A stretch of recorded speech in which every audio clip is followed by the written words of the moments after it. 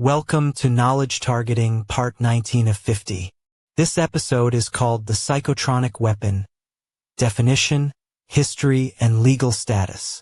For the next 2 hours we examine a word, and the paper trail it left behind in the archives of 3 legislatures. The word is psychotronic.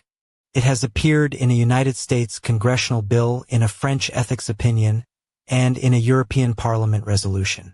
What that means and what it does not mean is our subject. That is not folklore. It is not a leaked memorandum or a forum post.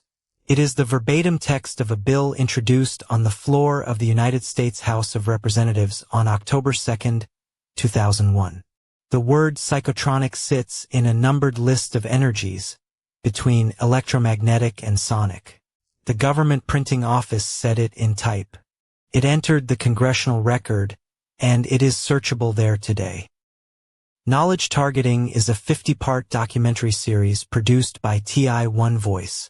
Each part takes one document, one case, or one claim from the targeted individual literature and works through it slowly, with the sources named. We do not argue that everything reported is true. We do not argue that none of it is. We separate what is on the record from what is asserted, and we say clearly which is which every time. This is part 19 of 50, the 9th episode inside section 2, the technology of targeting, which opened at part 11. Part 18 examined the Directed Energy Professional Society and its ties to the military-industrial complex, an organization that plainly exists with published proceedings and a membership list. Part 20 takes up the two-phase protocol from surveillance to assault. Between them sits today's question.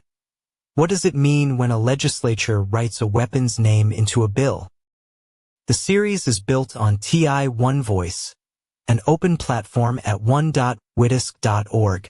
It holds an evidence library where targets file documents and timestamp logs, a knowledge base of several thousand indexed articles, and a community wall. Everything cited in this episode comes from that knowledge base, and can be looked up there by anyone. This chapter is anchored to Record KB19, a composite file gathering the legal material on psychotronic weapons. Alongside the platform runs TITV, a 24-hour live stream at meet.witisk.org, under Public, TITV. Episodes air there in rotation with discussion between them. Every part of Knowledge Targeting also has a written companion article on the platform, carrying the full citations, the bill numbers, and the links to primary sources, so you can check each claim yourself rather than take a narrator's word for it. That check is the point. Here is how the episode was assembled. The chapter text sets the subject. A retrieval system then searches the knowledge base for supporting passages. That is the step often called RAG, Retrieval Augmented Generation. But retrieval alone is not verification. For every legal claim we went back to the primary source. Congress.gov, the official bill text, the European Parliament's own archive. Where our own check could not confirm a citation, the narration says so. 3 registers, kept apart in every slide that follows. Documented.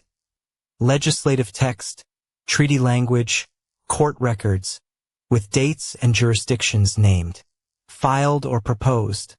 A bill introduced, a definition drafted, a resolution urged, real events in a legislature but not law. Claimed that such weapons exist and are used against individuals. That is testimony and inference. We will label each one as we go, and we will not quietly promote a claim into a fact. A word to targets watching. This episode is going to be careful with a document that many people hold onto tightly, and that carefulness can feel like doubt aimed at you. It is not. Testing a citation protects the people who rely on it. A claim that survives a hostile check is worth 10 that collapse under 1. Nothing here tells you what is or is not happening in your life. The chapter runs in 6 movements.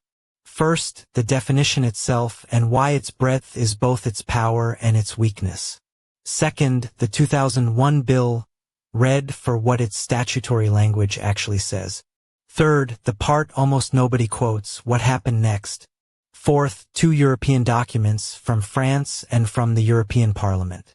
Fifth, the difference between a legal fact and a technical fact. Sixth, a method you can reuse. So we begin where the chapter begins, on the floor of the House of Representatives. On October 2nd, 2001, 3 weeks after the September attacks, when the chamber's attention was elsewhere, a bill was introduced called the Space Preservation Act. Its purpose was to ban weapons in space. Buried in its definition section was a list that would be quoted for the next 25 years by people the sponsor had probably never met. The bill was H.R. 2977, introduced in the 107th Congress by Representative Dennis Kucinich of Ohio. Naming him is not an accusation. Introducing a bill is a public act, printed in the record. He chaired no secret program. He wrote a space arms control measure, and his definition of a banned weapon reached wide, listing exotic systems so that none could slip through by being novel. Breadth was the drafting strategy. Read the clause exactly. It bans, among other things, systems using radiation, electromagnetic, psychotronic, sonic, or laser energies, directed at individual persons or targeted populations, for information war, mood management, or mind control. Those last 3 phrases are why this bill is famous. They are also why it is misread. The clause defines what would be prohibited if the act passed. It asserts nothing about what existed in 2001. Here is the point this whole episode turns on, and we will repeat it. Legislation that mentions a technology is evidence about the legislative record. It is not evidence about the technology. A member of Congress can write a word into a bill whether or not the thing behind that word was ever built. A statutory definition creates a legal category. It does not create, confirm, or measure a physical capability. The full legislative history is short and it is decisive. H.R. 2977 was introduced, referred to committee, and never voted on. On January 23, 2002, the same sponsor filed a successor, H.R. 3616, and the exotic weapons list, Psychotronic included, was gone. When the 107th Congress ended, both bills died. No version of the Space Preservation Act has ever been enacted. Not one in 25 years. Set the 2 columns side by side. On the left, what the record genuinely establishes. A bill was introduced, a word was defined in draft text, the pages are archived and searchable by anyone. On the right, what it cannot establish, that such a weapon exists, that one was ever built or fielded, that a person was ever attacked with one. Every honest citation of this bill lives entirely in the left-hand column. Now to the definition itself, the sentence the whole subject hangs its name on. It reaches us secondhand. The compilation known as the Mind Weapon document renders it in translation from an earlier Russian language source, and that compilation does not establish who wrote the original or when. So before we read a word of it, mark the provenance. A translated definition of uncertain date and authorship. That is where this famous sentence actually stands. There it is in full. The knowledge base records a closely matching wording attributed to the Russian scientist V.P. Kazanchev in the afterword to the book Psychotronic War. That attribution we can report. We cannot independently confirm the original text or its date. What we can do is read the sentence as a piece of drafting, because its architecture tells you a great deal about what kind of claim it is making. For named categories, technogenic, meaning machine-made, devices and electronics. Suggestive, meaning psychological or hypnotic. Pharmacological, meaning drugs and other biologically active compounds. Paranormal, meaning claimed extrasensory methods that mainstream science does not recognize. Then 2 qualifiers that carry the moral weight. The influence must be hidden from the person and forced upon them without consent. And a purpose clause naming outcomes, not devices, consciousness, behavior, and health. That final phrase matters more than it looks. Because after those 4 categories, the sentence does something remarkable. It does not stop. It adds complexes and others, a phrase that silently readmits anything the 4 categories missed. This definition is exhaustive not by naming everything, but by refusing to exclude anything. That is legal drafting, not technical specification. A specification names parts and measurements. This names boundaries and intent. Hold that tension. In the next block, we open the bill itself. Hold that tension in your hand and slow the sentence down further, because how a definition is built tells you what kind of document you are reading. A legal definition written to prohibit a category of wrongdoing works nothing like a technical specification written to build a device. This one is optimized for prohibition, and for a particular kind of prohibition. One that does not depend on knowing in advance which technology will eventually be developed. A specification names parts, tolerances, and a test the object can fail. A prohibition names a wrong and casts a net wide enough to catch tomorrow's methods. The psychotronic definition belongs firmly in the second family. That is not a criticism. It is a description of genre. But it carries a consequence that matters for every citation built on it. Documents written to forbid an unknown future cannot double as proof that the future has arrived. The 4 named categories are not accidental. Each one claims a recognizable domain of influence. Technogenic covers whatever a machine could do: electromagnetic stimulation, directed energy, sound projection, and anything an engineer might build that did not exist when the words were drafted. Suggestive covers whatever works through psychology, from hypnosis to subliminal messaging. Pharmacological covers the chemical domain, drugs that alter mood, perception, memory, or will, given openly or covertly. Then comes the 4th category, paranormal, included deliberately so that no method would be excluded merely because mainstream science cannot currently test it. And then the phrase that finishes the job, complexes and others. Lawyers call that a residual clause, and it is ordinary practice in arms control drafting. It guarantees the definition can never be made obsolete by an invention its authors failed to imagine. A strength in a treaty, a problem in a citation. The knowledge base holds more than one version of this definition. A compilation catalog there as Microwave Fears opens with a still broader formula. Any means of intensive effect upon the brain of a single person or a mass of people, and upon plants, animals, and the environment.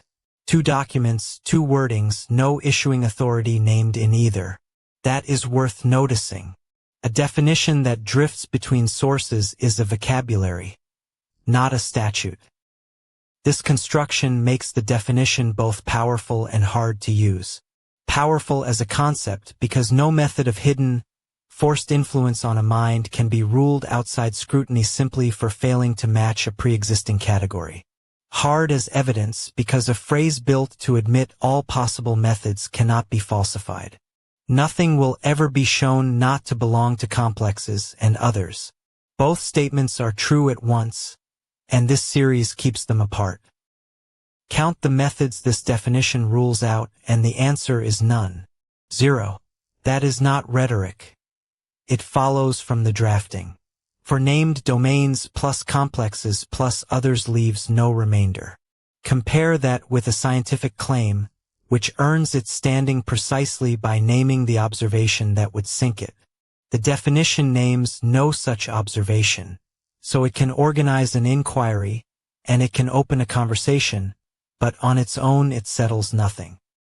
8 words carry the weight of this definition, and each one returns later, sometimes in a bill, sometimes in an ethics opinion, sometimes under another name.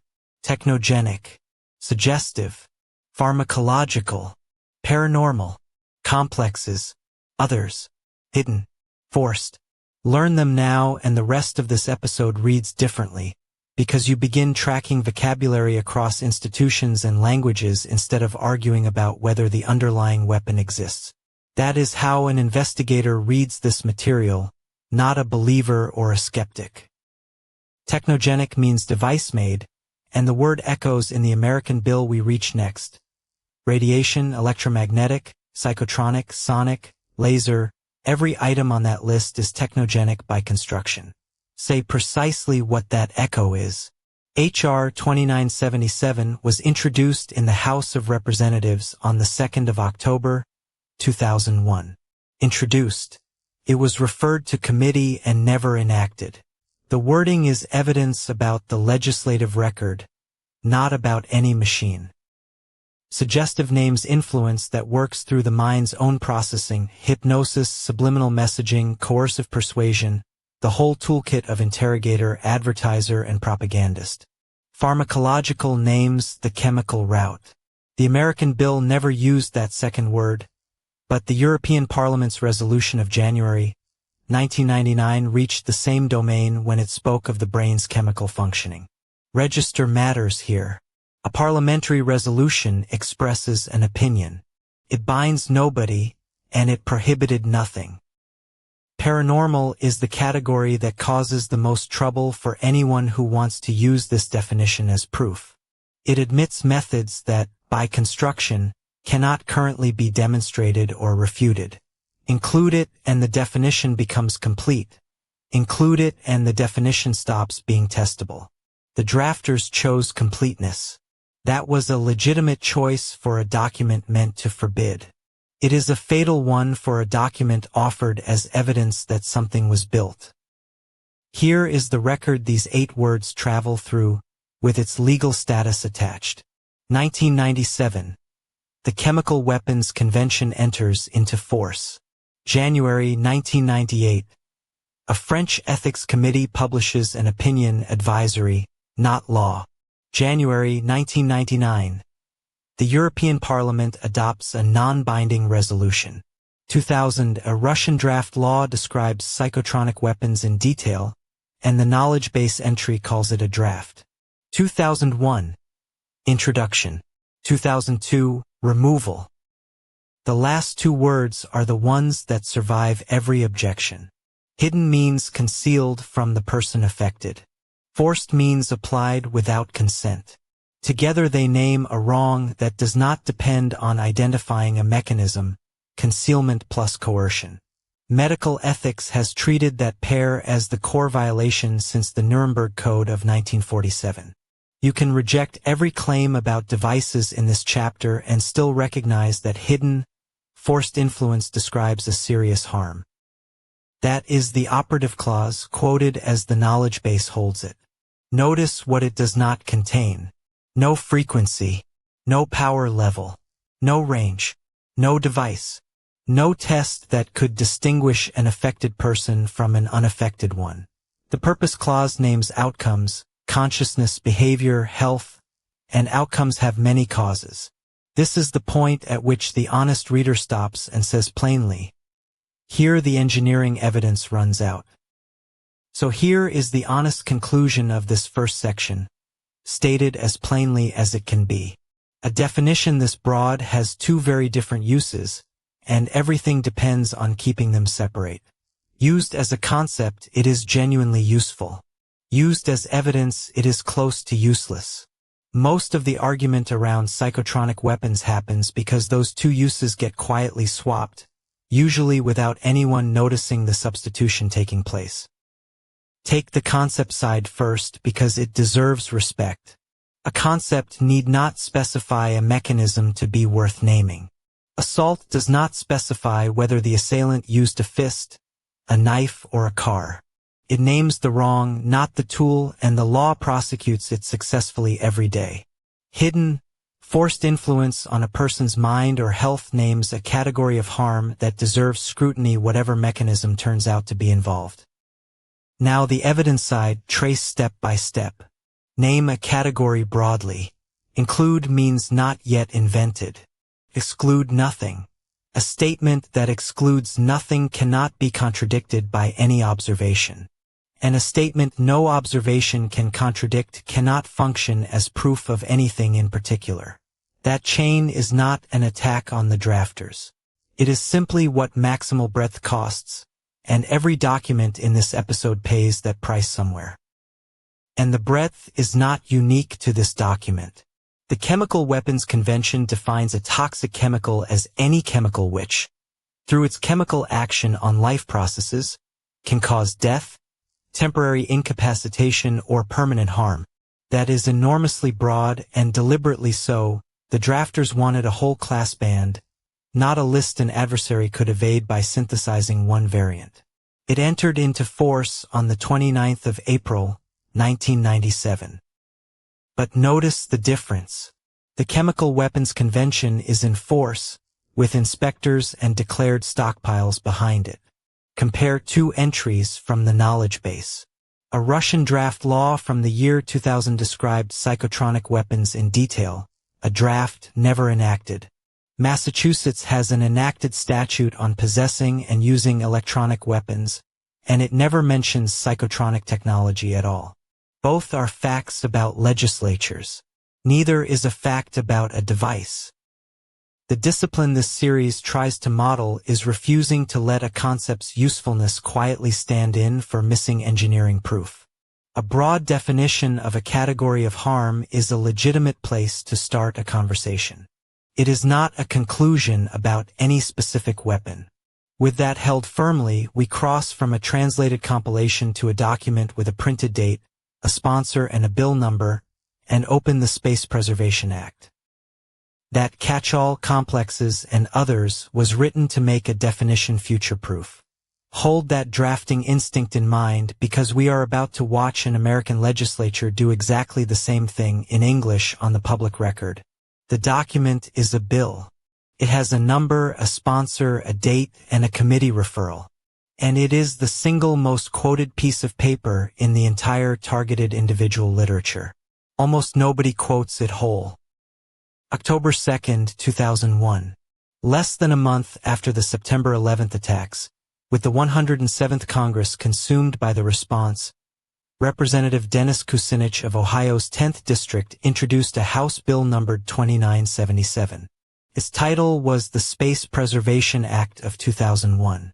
Naming him is not an accusation. Introducing a bill is a public act, recorded, dated, and attributable, which is precisely why we can be exact about it. On its face, the bill was unremarkable arms control. It would have permanently banned the United States from basing weapons in space, and directed American representatives at the United Nations to negotiate a worldwide treaty doing the same. That is the whole policy. No hearings on mind control, no investigation of any program, no finding about anyone's experience. A space weapons ban, filed by a congressman known for peace legislation, in a season of war. This tradition is real and documented. The Outer Space Treaty of 1967, ratified by the United States and more than 100 other nations, already forbids weapons of mass destruction in orbit. Senator Spark Matsuniga of Hawaii pushed comparable proposals through the 1980s. Kucinich's bill simply widened the prohibition from weapons of mass destruction to all weapons. Nothing in that lineage requires an exotic technology to exist. It requires only a loophole worth closing. Set the dates out and the shape becomes clear. 1967. The Outer Space Treaty enters into force. The 1980s. Matsuniga's proposals. October 2001. The bill is filed and referred jointly to the House Committees on Science, on Armed Services, and on International Relations. Then nothing. No hearing on the definitions, no committee report, no vote. The record stops there, and honest citation must stop with it. The knowledge base records that referral. Nothing in those policy provisions made the bill famous. What made it famous sat in Section 7, the definition section, where the drafters spelled out what they meant by an exotic weapons system. Definition sections are usually the dullest pages in any statute, technical plumbing that lawyers read and nobody else does. This one became, for more than 2 decades, the single most photocopied paragraph in the targeted individual world. Read it slowly. Those are the words. Land-based, sea-based, or space-based systems using radiation, electromagnetic, psychotronic, sonic, laser, or other energies, directed at individual persons or targeted populations, for the purpose of information war, mood management, or mind control. Specific targets, specific purposes, and in the middle of a list of energies, sitting between sonic and laser, the word psychotronic, in the text of a bill of the United States Congress. That is the sentence. Take the clause apart and it has 3 parts. The energies, 6 of them, running from the broad radiation through the precise laser and ending in the open-ended phrase or other energies. The targets, individual persons, targeted populations. The purposes, information war, mood management, mind control. That third part is why the clause lands so hard. It names, in legislative language, exactly what targets say is being done to them. Naming is not owning. For someone who has spent years being disbelieved by doctors, by police, by family, that sentence is not a footnote. It is a document from the government of the United States that appears to name their experience in official words. The knowledge base notes that advocates use the bill's vocabulary to frame accounts of electronic harassment and voice-to-skull transmission. The emotional weight of that is real, and it should not be dismissed. But weight is not proof. Here is the number that governs everything else. 0. 0 floor votes. 0 committee reports. 0 hearings on the exotic weapons definitions. H.R. 2977 was introduced, referred, and left where the great majority of introduced bills are left, in committee unheard. It never passed the House. It never reached the Senate. It was never signed. It is not, and has never been, a law of the United States. Every citation that calls it one is wrong. Keep 3 registers apart and this chapter stays honest. Documented. The bill exists with its number, its date, its sponsor, and its text. Filed, it was introduced and referred, and nothing further. Claimed that the weapons it names are real and are being used. Those are 3 different things, and the middle one is where most citations collapse. A bill introduced is a proposal by one member. It is not the position of Congress. Any one of 435 members can drop a bill in the hopper. Nobody checks whether its definitions describe anything that exists. From there, it must be reported out of committee, past the House, past the Senate, and be signed. Each stage is a filter, and each filter tests political support, not physical reality. H.R. 2977 cleared the first step only. Everything after step 1 never happened. That is the whole legislative record. And there is a phrase in the same section that almost never travels with the famous sentence. The bill's definition sweeps in any other unacknowledged or as yet undeveloped means. As yet undeveloped. That is the conditional. It describes something that might be built, not something already built. A ban written to cover weapons that do not exist yet is not a confession that they do. It is ordinary, forward-looking arms control. Now read the whole list because the single word is almost always lifted out of it. Alongside psychotronic sat chemtrails, high-altitude, ultra-low frequency systems, plasma weapons, tectonic weapons, systems said to trigger earthquakes, climate modification weapons, and beside those, electromagnetic, sonic, laser, and particle beam weapons, whose existence nobody disputes. One list holding documented military technology and pure fringe literature in the same breath, with no ranking between them. That absence of ranking is the point. Split the same list 2 ways. On one side, categories with public programs, budgets, and field tests behind them: electromagnetic, laser, acoustic. Part 18 mapped that institutional world in detail. On the other, categories with no acknowledged counterpart in any published defense program. Being listed together confers nothing. A legislature can name the real and the speculative in one sentence, and the sentence does not make them equal. Nor does silence prove concealment. It matters that several entries are genuine. Military's worldwide field laser systems, electromagnetic weapons, and acoustic devices and the professional society we examined last time exists precisely to advance that work. So the list is not fantasy from end to end. That is exactly why it deceives. A reader who recognizes 3 real categories tends to grant the others credit they have not earned. Credibility does not spread by proximity on a page. The knowledge base entry on the Space Preservation Act puts it plainly. The term psychotronic had no established legal or scientific definition in United States law before this bill. Sit with that. The word arrived in American legislative text without a technical meaning, without a standards body, without a test that could tell you whether a given device was one. A definitions section gave a name to a category nobody had defined. The same knowledge base entry then calls this the only instance of a United States law using the term. One word in that sentence carries the whole problem. Law. It was never a law. It was a bill filed, referred, and abandoned. If a careful reference work can slip from bill to law in one clause, you can imagine how the phrase travels once it reaches a forum post. We flag the error in our sources too.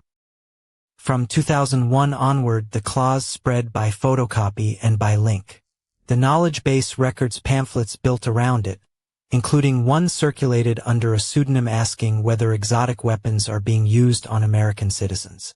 Forums quote the sentence. Books quote the forums. Somewhere in that chain the words bill and law swap places, and a proposal that died in committee becomes, in retelling, an official admission. Cite it, but cite it whole. Which leaves the question the record has not yet answered. Whose words were these? The definitions were extraordinarily specific for a space treaty bill, and the man whose name is on the cover would soon be quoted in his hometown Cleveland press distancing himself from them. There is also a date coming, 113 days after this bill was filed. A second version appeared. What it left out matters enormously. That list is where most retellings stop. Here is the fact that almost never travels with it, and it changes how the whole story should be told. Contemporary press reporting on H.R. 2977 indicates that those unusually specific exotic weapons definitions did not originate with Kucinich's own legislative staff. They came from outside the office entirely. Who actually wrote Section 7 and what happened to it afterwards is our subject now. According to that reporting, the language was contributed by outside space policy advocates. These were people who had spent years pushing for a strong, loophole-free ban on weapons in space, and who drafted definitions meant to cover every conceivable category that might one day be based there, including categories that, at the moment of drafting, existed only as concepts in the advocacy literature. Note the evidence grade carefully. This is press reporting, not a filed document. Think about what a loophole-closing drafter is actually trying to do. If your goal is a ban that nothing can slip past, you name everything anyone has ever imagined, because a category you fail to name is a category some future developer may exploit. That instinct explains a great deal about Section 7. A weapon type can enter a bill because somebody feared it might exist, not because anybody ever watched one work. Kucinich himself has been quoted distancing himself from the specific wording once he learned what it contained. The quotation comes from coverage in his hometown Cleveland press.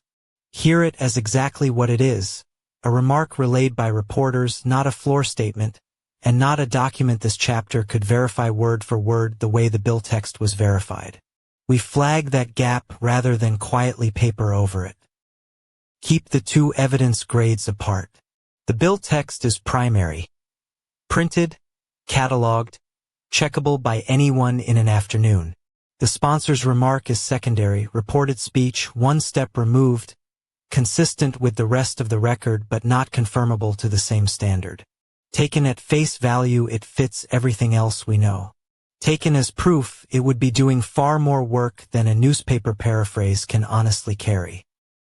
None of this erases the legal fact. The bill was filed under Kucinich's name on the official record of the 107th Congress, exactly as written.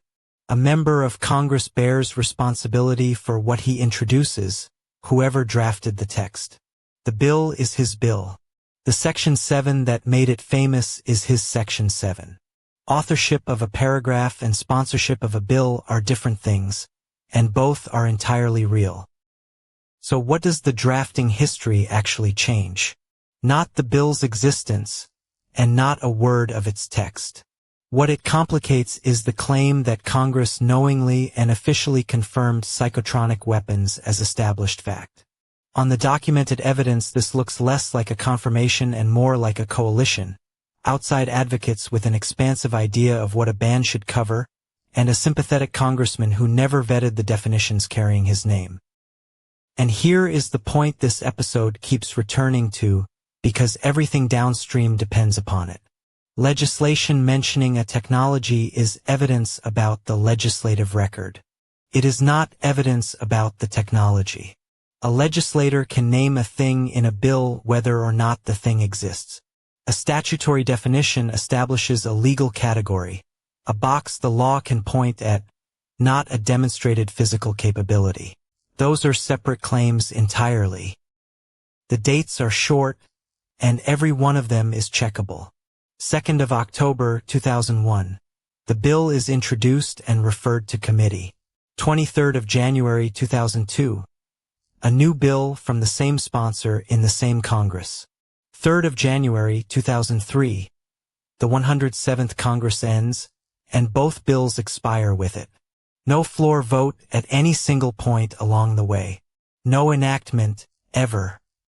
That second bill is H.R. 3616, the Space Preservation Act of 2002. Its text has been checked against the official congressional record. The core policy survives essentially intact. A permanent ban on United States weapons in space, and a directive to pursue an international treaty. Same title, same sponsor, same Congress, same basic architecture. It is recognizably the same legislation. One thing and one thing only has gone missing. What has gone missing is Section 7's exotic weapons list. Chemtrails, gone from the text. High-altitude, ultra-low frequency systems, gone. Plasma, tectonic, and climate modification weapons, gone. Psychotronic and mind control language, gone. The definition section of the second bill is narrower, more conventional, and names nothing that would look out of place in an ordinary arms control proposal. The sponsor kept his ban and dropped the catalog. That editorial choice is itself part of the permanent record. This was never a secret revision. Introducing a new bill in the same Congress under the same sponsor's name is about as public as an act of government gets. Any researcher who starts at H.R. 2977 and does the next obvious thing, asks what became of it, reaches the replacement within minutes. That is not specialist work. It is the first question a careful reader asks about any bill at all. 113 days. That is the entire interval between the bill that named psychotronic weapons and the bill from the same sponsor that did not. Less than 4 months on the calendar. When a citation of the first bill omits the second, that omission is a fact about how this material circulates online, about copying rather than checking, not a fact about what the congressional record actually contains. Be exact about status, because this is where honest advocacy is most often lost. Both bills were referred to committee. Neither was reported back out. Neither one ever received a floor vote. Both expired when the Congress ended, and no part of either text is in force anywhere in the United States today. A bill introduced is not a law passed, and a definition dropped in committee never quietly hardens into settled law. So put both columns on the table at once, because holding them side by side is the entire discipline this chapter teaches. On the left, checkable facts that nobody needs to soften. On the right, equally checkable facts that responsible citation cannot leave out. Notice what does not happen between them. Neither column cancels the other. The left does not become false, and the right does not make the left meaningless. Take the left column seriously first on its own terms. A real bill, a real date, a real numbered section containing a real sentence with the word psychotronic in it, aimed at individual persons for the purpose of mind control. The government publishing office printed it. The congressional record contains it. Any target or advocate is entitled to cite that precisely as a documented legal event, because that is exactly what it is. Now the right column in exactly the same voice. No device was demonstrated. No program was disclosed.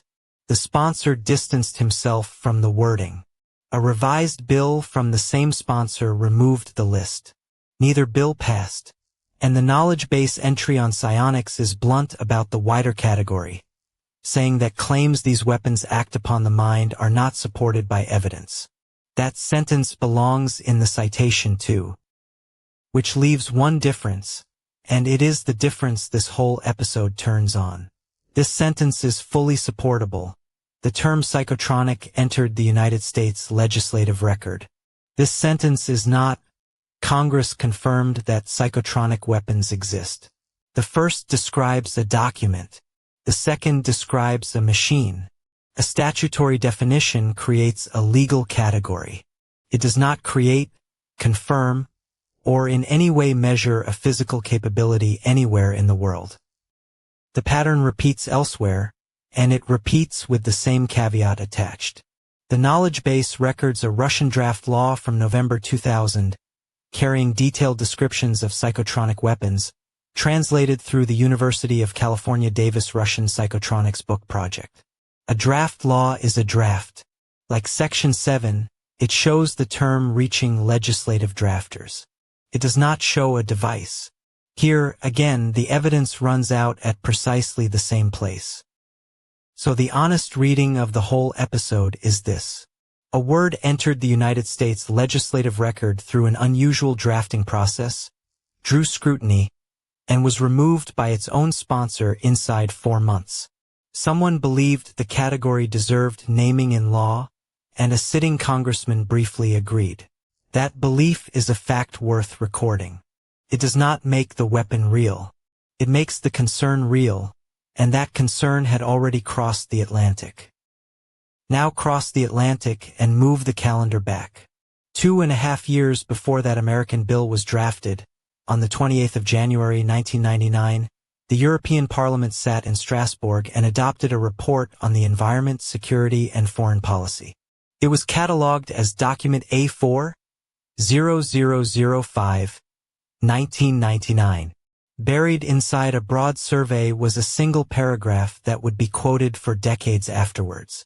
That paragraph is paragraph 27. The report came through what the Parliament calls the Hughes procedure, a route for handling a text that touches several committees at once. Its scope was wide. Environmental security, energy policy, the foreign affairs consequences of both. Paragraph 27 has been checked independently against the Parliament's own document archive, and it is there. Whatever else is disputed in this story, the existence and the wording of this text are not. That much is settled. Here is what it actually says. The Parliament called on member states and the Commission to work for an international convention, a proposed future treaty, imposing a global ban on all development and deployment of weapons which might enable any form of manipulation of human beings. Read that carefully. It is a call for a convention. It is not the convention. Nothing in those words creates an obligation on anybody, anywhere. Set the dates side by side and the sequence matters. France's Ethics Committee reported in January 1998. Strasbourg voted a year later, in January 1999. Only in October 2001 did the American bill arrive, and by the following year its successor had dropped the exotic weapons list entirely. European concern came first. The American episode, which so much of this literature treats as the origin, was downstream of it. The distinction this chapter keeps returning to is the difference between a resolution and a law. A resolution records what a chamber thinks and directs its own institutions. A statute or a ratified treaty creates duties courts can enforce. Watch how easily the two blur. The knowledge base's own entry describes A4, 0005 as a legislative text. It was not legislation. That single word is the whole confusion in miniature, and you will meet it everywhere. And now the point this whole episode turns on. Legislation that mentions a technology is evidence about the legislative record. It is not evidence about the technology. A parliament can name a thing in a text whether or not that thing exists, because the text creates a legal category, not a physical capability. Where this chapter treats the wording of a bill or a resolution as proof that the weapon is real, it is wrong. Understand how a text like this is made. A committee appoints a rapporteur, who drafts. Staff supply the wording. The chamber votes the whole report, paragraph by paragraph, usually without debating each line. The result carries the authority of the institution and none of its legislative force. That is not a criticism. It is simply what the instrument is for. And it is why the vote tells us what worried Parliament, not what existed in the world. The knowledge base entry on H.R. 2977 records that the American bill pointed back to paragraph 27, and that advocacy groups have cited the European text ever since. But watch a second entry drift. It says the resolution specifically referenced psychotronic weapons. The operative sentence, as this chapter quotes it, never uses that word. Somewhere between text and summary a term was added. This is how citations decay, and it happens on every side of the argument. Now the operative sentence itself, because its wording is unusual. It asks for a ban on research that applies knowledge of the brain's chemical, electrical, or sound vibration functioning to weapons capable of manipulating human beings. 3 domains are named, and each maps onto a real branch of neuroscience: drugs, currents, and pressure waves. For a parliamentary text written in the late 1990s, that is a strikingly literate formulation. Somebody on that committee had done some reading. Set that beside Section 7 of the American bill and the difference is instructive.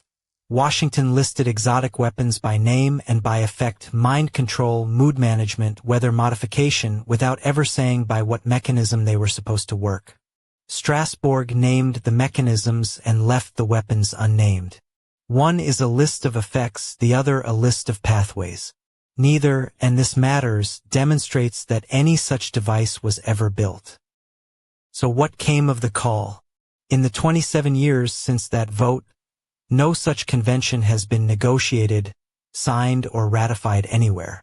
The knowledge base holds a Russian military definition from the same decade, a psychophysical weapon as a technically generated means of influencing the human psyche, and notes that later parliamentary efforts produced no enacted legislation either. Definitions accumulate on paper. Binding law does not follow. The call remains a call. Now look at what sat alongside paragraph 27 in the same report. The Parliament also asked the Commission, together with the governments of Sweden, Finland, Norway, and Russia, to examine the environmental and public health implications of the High-Frequency Active Auroral Research Program, HAARP, the ionospheric research facility in Gakona, Alaska, then operated by the United States Air Force and Navy. 2 very different concerns in one document on one day. HAARP has generated an enormous conspiracy literature of its own, that it controls the weather, that it triggers earthquakes, that it is a mind control transmitter, sometimes all 3 at once. The knowledge base notes that some targeted individuals read its appearance in this resolution as corroboration, and a few argue the resolution was deliberately buried. That second claim is an assertion without documentary support. The vote and its text were published in the ordinary way. The pairing is itself a piece of evidence, but about mindset rather than machinery. These parliamentarians were worried enough about where electromagnetic research and human health intersect to ask for 2 things at once: a review of a facility that plainly exists, and a preemptive ban on a category of weapon that may not. Those are very different requests. Only one of them concerns something anybody has ever photographed or visited. Whether the worry was well-founded is a separate question, and on HAARP the scientific record is not ambiguous. The National Research Council, the American Geophysical Union, and multiple independent reviews have found no evidence that the facility poses environmental or public health risks, and its heating effects on the upper atmosphere are orders of magnitude too weak for the dramatic powers attributed to it. The political concern is documented. The physical danger is not. Go back one more year and travel west across the same country. In January 1998, in Paris, France's Comité Consultatif National d'Éthique, the National Consultative Ethics Committee, sometimes rendered in English as the National Bioethics Committee, issued a formal opinion. Its subject was not exotic weaponry. It was cerebral imaging, the growing power of brain scanners to show what is happening inside a living mind. That difference in subject will turn out to matter.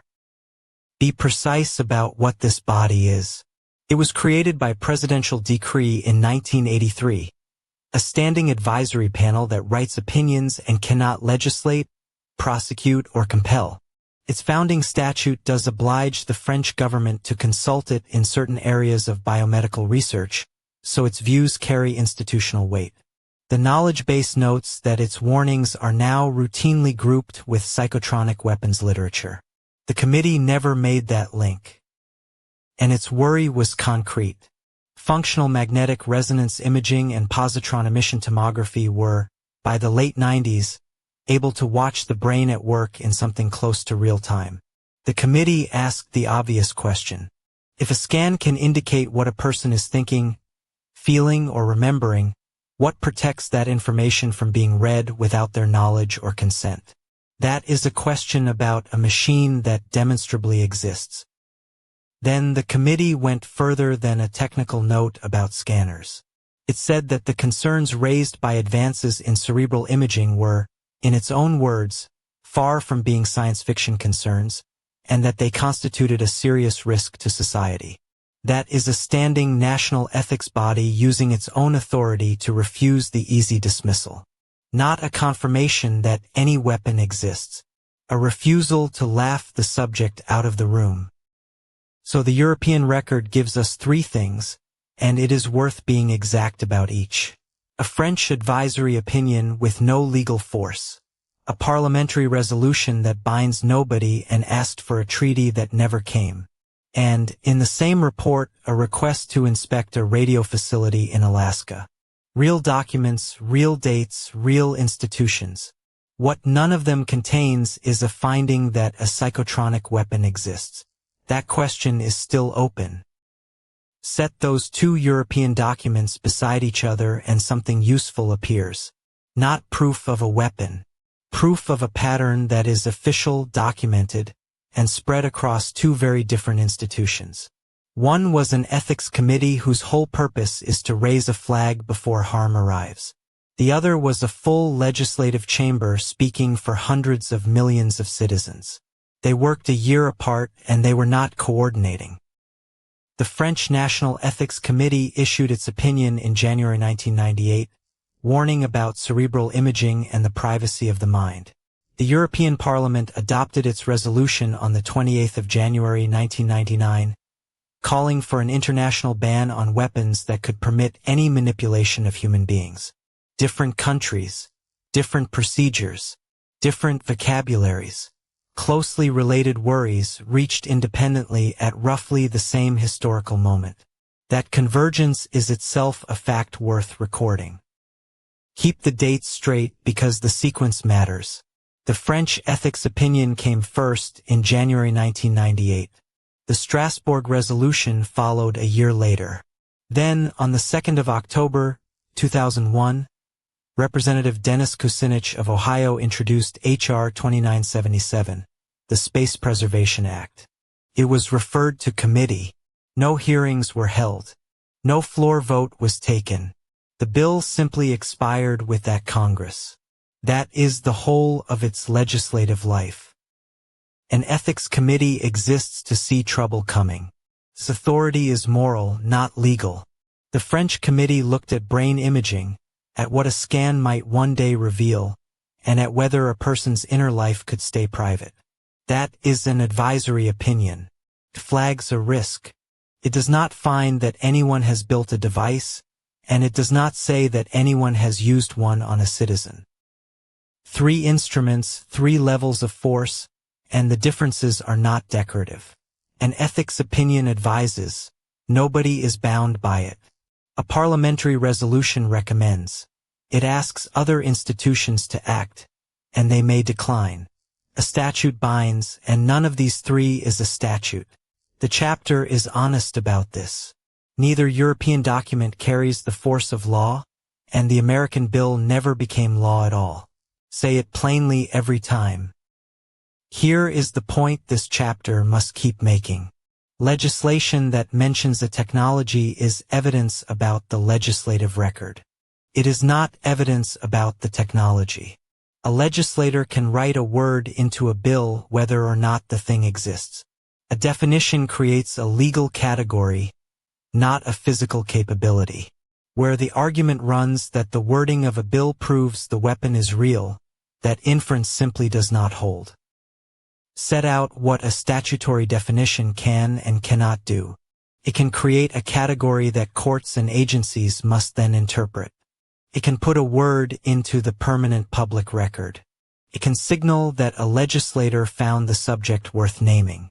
What it cannot do is confirm that the named device was ever built, tested, procured, or aimed at anybody. Those are questions for evidence, not for drafting. The knowledge base entry on the Space Preservation Act makes a small, sharp observation. Before that bill, the word had no settled meaning in American law and none in American science either.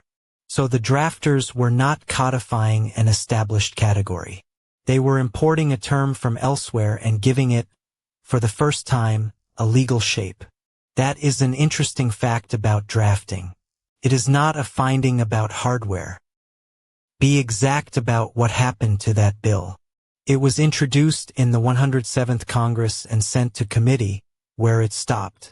In 2002, the same member reintroduced the Space Preservation Act as H.R. 3616, and the exotic weapons list, including the psychotronic language, was gone from it. Neither version passed. No American statute today defines a psychotronic weapon. That absence is part of the record too. 3 documents, then, from 3 institutions that never worked together. A National Ethics Committee in France. A parliament seated in Strasbourg, speaking for 15 member states at the time. A single member of the United States House of Representatives. None of them produced binding law on this subject. All of them show that the concern was taken seriously enough to be written down, in official language, and kept. That is worth carrying forward on honest terms. Dismissing all of it as meaningless would be its own kind of overclaiming, running in the opposite direction. The honest position sits between the two. Now the question changes. Where did this strange word come from in the first place? Not from a bill drafted in Washington, and not from the author of the Mind Weapon document. Its roots run back through the Cold War into Prague. That is where this section goes next. The word entered Eastern Bloc research vocabulary in the 1960s and 70s, largely through Czechoslovak work. In June of 1973, Prague hosted a congress on psychotronics that drew researchers from across the Warsaw Pact. This was not a gathering of mystics in a rented hall. It was sponsored by state-sanctioned research institutions, and the people who attended held real positions in academic and military research establishments. Fringe by Western standards. Funded by the state. What were they investigating? Phenomena at the boundary of physics, psychology, and what was then called bioenergetics, the study of the supposed energy fields of living organisms and how those fields might touch the physical world. The framing was scientific in form. Papers were given. Institutes were named. Whether any of it describes something real is a separate question entirely, and the Congress proceedings do not settle it. Form is not the same as findings. A short vocabulary helps here because these words get used loosely and they do not mean the same thing. Psychotronics named a whole field. Bioenergetics named a claimed phenomenon. Paraphysics was the label Western analysts used for the Soviet program. Distant bioinformation transfer was the Soviet researchers' own phrase. Psychotropic, a real pharmacological term, is often confused with psychotronic, and the two are not related. Keeping them apart keeps the argument clean. The Czechoslovak effort had a center and a director. The chapter places it at the Psychoenergetic Laboratory of the Chemical Technology Institute in Prague, under Drs. Zdeněk Rejdak, whose work covered claimed bioenergy fields, the intelligence use of alleged psychic phenomena, and mental influence at a distance. The State Security Service, the STB, funded him. Their interest was not academic. It was operational. If a person could be influenced at a distance, that mattered to them. Before going further into the Soviet story, one line from the knowledge base should sit here, in the middle of the history rather than tucked away at the end. Research programs existed. Funding existed. Institutes existed. Confirmation of an operational weapon does not. Everything that follows about Moscow laboratories should be heard with that sentence still running underneath it. That is the discipline this series tries to keep. Costs nothing and it protects everything. Soviet work in this domain ran under tighter secrecy than the Czechoslovak program, and its outlines reached the West indirectly, through defectors and through analysts who read Soviet journals and watched who attended which conference. The chapter reports the work centered on the Institute for Biomedical Problems and the Pavlov Institute of Physiology, studying what researchers there called distant bioinformation transfer. One person's state, reproduced in another at a distance. Western intelligence tracked this closely. A Defense Intelligence Agency study of Soviet and Czechoslovak parapsychology research, dated 1975 and since declassified, sits in the public record. What such documents establish is the fact of the investment. Real money, real institutes, at least 2 decades of work. What became of the results is largely unknown. Much stayed classified, and much was lost when the Soviet system collapsed. That gap is not evidence of a hidden weapon. So the record splits cleanly in two. On one side, documented, a term with a real institutional history, conferences, laboratories, security service funding, and declassified Western assessments confirming that the research happened. On the other side, not documented, any working weapon, any deployment, any target. The distance between the sentence "the Soviet Union funded psychotronics research" and the sentence "a psychotronic weapon exists" is the whole subject of this chapter. That gap is real and it stays open. That history establishes one thing and one thing only. The word was not invented by Western believers. It was born inside state programs that treated the idea seriously enough to fund it, staff it, and hide it. What happened to that idea after the Soviet Union fell, when Russian legislators and Russian scientists began arguing about it in public, is where this account turns next. The paper trail does not stop in 1991.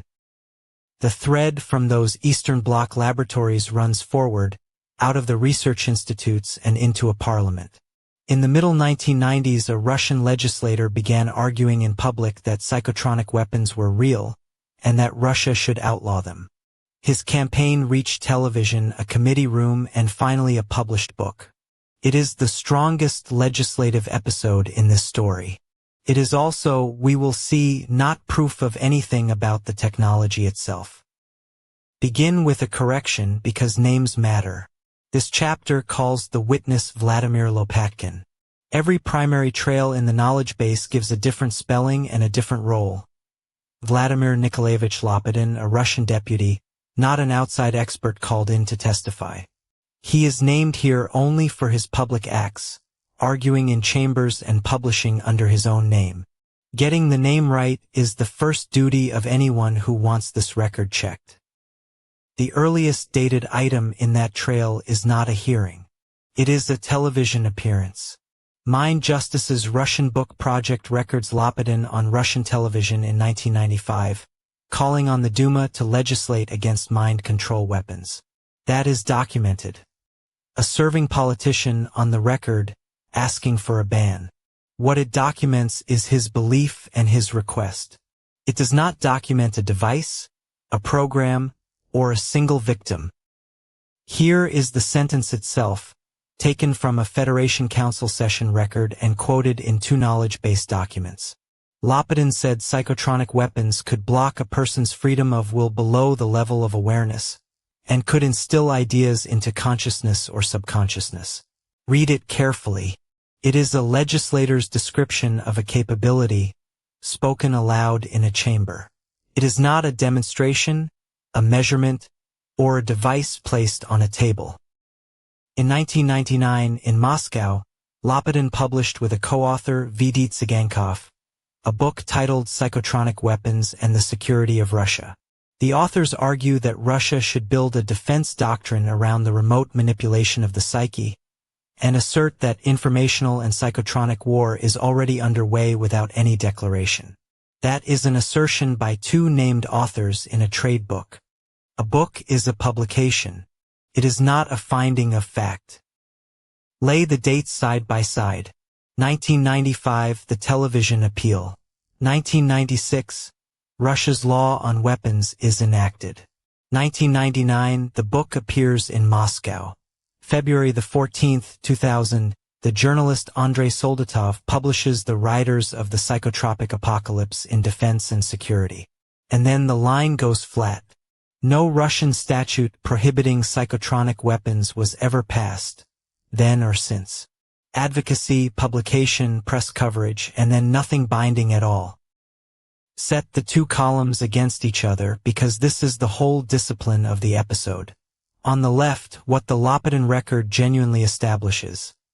That a serving legislator argued the case in public with dates attached. On the right, what it cannot establish. That any such device was built, that anyone was harmed by one, or that a Russian state body ever confirmed either. The left column is history. The right column stays empty. Lopatin also worked on a proposed federal law on informational and psychological safety, meant to protect citizens against manipulation of the mind. Mind Justice's 2005 paper describes it as proposed. That single word carries the weight of this chapter. A draft bill is a legislative intention. It creates no offense, binds no agency, and gives no target or remedy. Russia's parliament never passed a law specifically prohibiting psychotronic weapons, and none is enforced today. There is one Russian statute people reach for, and it repays exact reading. The federal law on weapons of December 1996 restricts the civilian circulation of weapons whose damaging effect uses electromagnetic, light, thermal, infrasonic, or ultrasonic radiation above health ministry limits.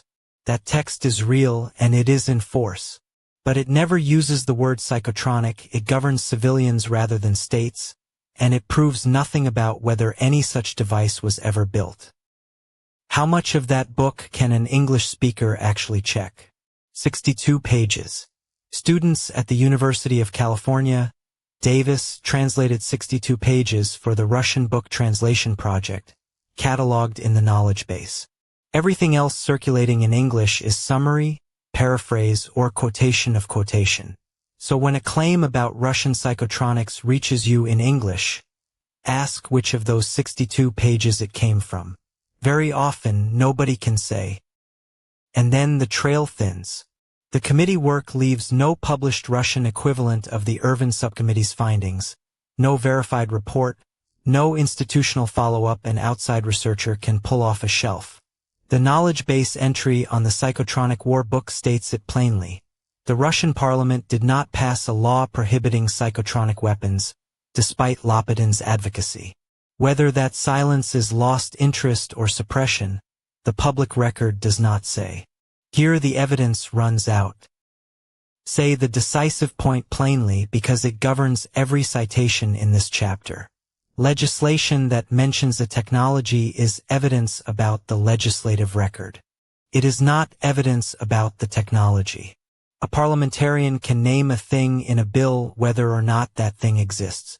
A statutory definition creates a legal category, not a physical capability.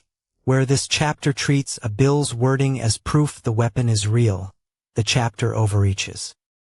The Russian episode and the American one rhyme, and the rhyme is instructive. In 2001, H.R. 2977 named psychotronic devices in draft text, then died in committee without a vote. In Moscow, a deputy argued for years and secured no statute at all. Two legislatures, two continents, the same shape. Attention, testimony, silence. That shape is a genuine historical fact about governments. It is not, by itself, a fact about weapons. Which brings us to the other half of this chapter, and to a very different kind of evidence. Outside the statute books, the word psychotronic went traveling. It entered post-Soviet conspiracy literature, early internet forums, paperback thrillers, and film. What happened to the term out there has done more to shape how a target is heard today than anything the Duma ever did. So follow the word out of the chamber and into the culture. In the 1990s diaspora press and the 2000s forums, psychotronic weapon became a catch-all.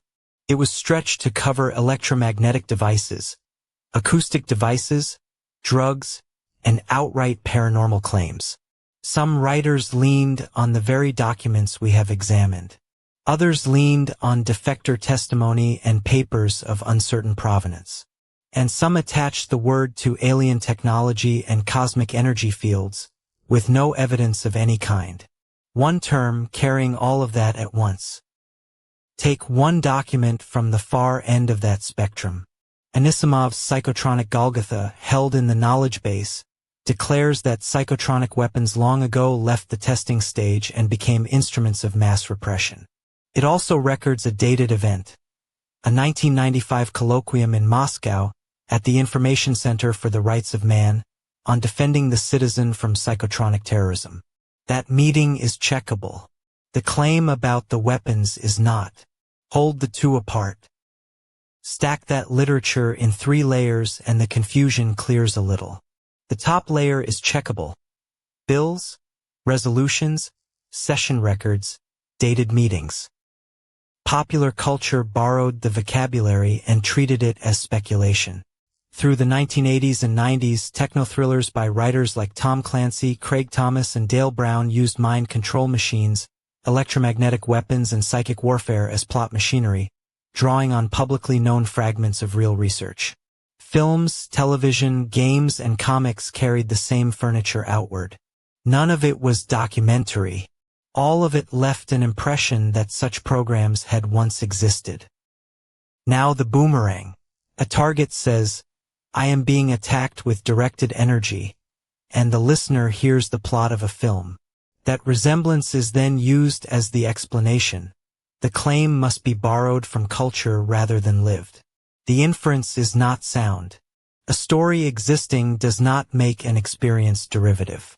But it is the reflex most targets meet, and it costs them a hearing before a single detail is examined. This is why the dated documents matter. They are the hard edge of the record. Citable, checkable, and older than the films that borrowed from them. The knowledge base puts it carefully, calling psychotronic weapons a symbol of anxieties about technological intrusion into the mind, one that blurs fiction, military research, and lived experience. Keep those 3 apart. Next, we turn from what the word means to what the claim technology is said to do. So the legislative documents are the hard edge, independent of the culture that grew around them. But step back now because a wider legal principle is at work here, and it deserves naming plainly. In the history of arms control, it is entirely normal for a legal text to define a category of weapon broadly, and to prohibit it in advance, before the verification technology needed to confirm compliance actually exists. Take the Biological Weapons Convention, adopted in 1972 and now ratified by more than 180 nations. It bans the development, production, and stockpiling of biological weapons. Notice how it draws the banned category: microbial or other biological agents, or toxins, of types and in quantities that have no justification for prophylactic, protective, or other peaceful purposes. Deliberately broad. No list of named organisms could be outrun by a new one. And the convention went further. It was adopted with no on-site verification regime attached at all. Arms control experts debated that gap for decades. A protocol negotiated through the 1990s collapsed in 2001, after the United States withdrew its support. So here is a treaty that has banned an entire class of weapon for over 50 years while still lacking the inspection machinery to prove any state is complying. The Chemical Weapons Convention followed, adopted in 1993 and enforced through the Organization for the Prohibition of Chemical Weapons in The Hague. 2 refuses a static list. Instead, it defines banned agents by structural and toxicological criteria, so that a compound never before synthesized falls under the ban the moment its toxic properties are known. The law was written first. The analytical chemistry that verifies it had to catch up afterwards. That is the definition in the treaty's own words. Read it as a piece of drafting and its purpose is obvious. It does not name a substance. It names an effect, and then reaches forward to catch anything that produces it. Nobody reading that sentence concludes that every chemical capable of causing permanent harm has already been built and stockpiled. The breadth is a fence around a future, not an inventory of a present. The pattern repeats in the newest of these instruments. The Treaty on the Prohibition of Nuclear Weapons, adopted in 2017, defines its banned category broadly enough to cover any explosive device that releases nuclear energy. The definition does not depend on the design, the isotope, or the yield. It is written to be future-proof so that a device nobody has yet built is already covered on the day it appears. 3 treaties, 3 decades apart, and the same sequence each time. Define the category broadly. Prohibit it in advance. Leave verification to be built afterwards, if it can be built at all. None of this is unique to psychotronic weapons. It is simply how careful legislatures and treaty drafters have always handled emerging or hard-to-verify threats. Which means the breadth of a definition tells you about the drafter's caution, and nothing whatever about the drafter's evidence. So the precedent should make us neither more credulous nor less about H.R. 2977, or about the European Parliament's resolution. It should simply help us read legal breadth for what it structurally is. A technique for ensuring a ban cannot be evaded by relabeling. Where this chapter's source material treats a bill's wording as proof that the weapon is real, we say plainly that it is not. It is proof of drafting. Which brings us to the analytical core of this entire chapter, and it collapses into 2 columns. On one side, legal facts. On the other, technical facts. They are different orders of claim, they carry different burdens of proof, and almost every serious argument in this literature goes wrong at the moment somebody slides from one column into the other without noticing. So let us set them out side by side. A legal fact is something you can point to and verify independently. A document exists, says what it says. A named person or institution is responsible for it. It is dated, and it sits in an archive. A technical fact is a wholly different order of claim, that a specific device exists, that it functions as described, that it has been deployed, and that it was used against a named individual. Every single document examined in this chapter clears the legal fact bar. The mined weapon definition, H.R. 2977, H.R. 3616, the French Ethics Committee opinion, the European Parliament resolution. You could retrieve all 5 of them tonight, from the archives where they reside, and read the exact words for yourself. That is not a small thing, and nothing in this chapter's skepticism is meant to take it away from you. But none of those 5 documents establishes a technical fact of that kind, and, this matters, none of them claims to. The French opinion warns about the privacy implications of cerebral imaging, a technology that is real and advancing, but its use for deliberate mind manipulation is not established by the opinion itself. The European resolution calls for a ban. A call for a ban is a legislative act, not a finding. And H.R. 2977 names psychotronic weapons as one item in a long list of exotic weapons to be banned from space. That is a definitional clause in a bill that never became law, and that its own sponsor walked back within 4 months. Confusing the two columns, treating a citable legal document as though it were a technical demonstration of a working weapon, is the commonest error this series encounters.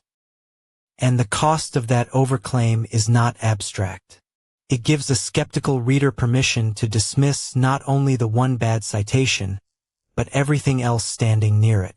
Cite the same bill as evidence that the term psychotronic weapon has a documented legislative history, and you have stated something verifiable. The precision costs you nothing, and it protects your credibility for the harder claims that come afterwards. That is the whole trade. For dates, in order, are the entire skeleton of this chapter, and we lay them bare so they can be checked and cited independently of any narrative gloss. January 1998, France. January 1999, Strasbourg. The 2nd of October, 2001, Washington. The 23rd of January 2002, Washington again. Learn those four and you can reconstruct the whole documentary record without relying on anybody's summary, including ours. January 1998. France's National Consultative Ethics Committee issues a formal opinion warning about the societal risks of cerebral imaging technology. It explicitly rejects the science fiction framing, and it calls for government attention to mental privacy. Note the register carefully. This is an advisory body giving an opinion.